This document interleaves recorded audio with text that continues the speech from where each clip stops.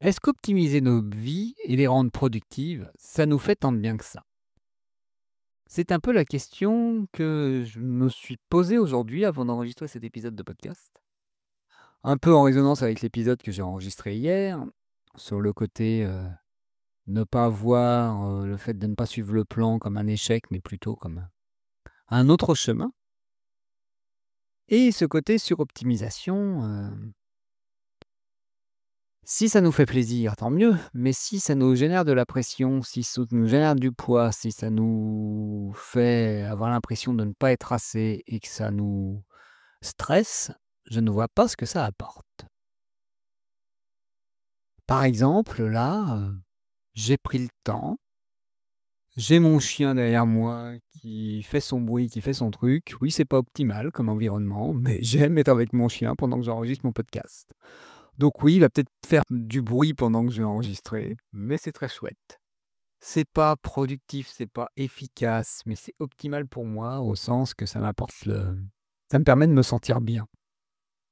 Et c'est ça le souci, c'est que souvent dans le côté, optimiser sa vie, il y a un côté, c'est optimiser les résultats. Mais est-ce que c'est optimiser le bien-être? Est-ce que c'est optimiser, l'émotion qu'on ressent? Est-ce que c'est optimiser la personne qu'on est et les comportements qu'on a? Parce que oui, on peut arriver, de manière efficace et optimale au boulot en roulant à fond et en étant très dynamique dans notre manière de conduire ou dans notre manière de nous préparer. Donc ça va être efficace.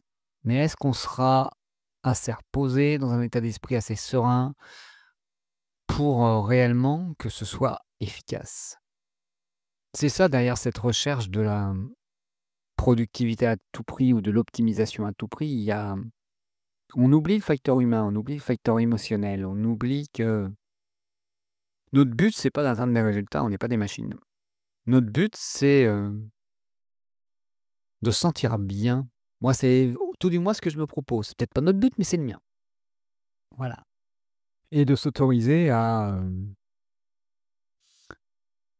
juste, savourer le fait d'être là.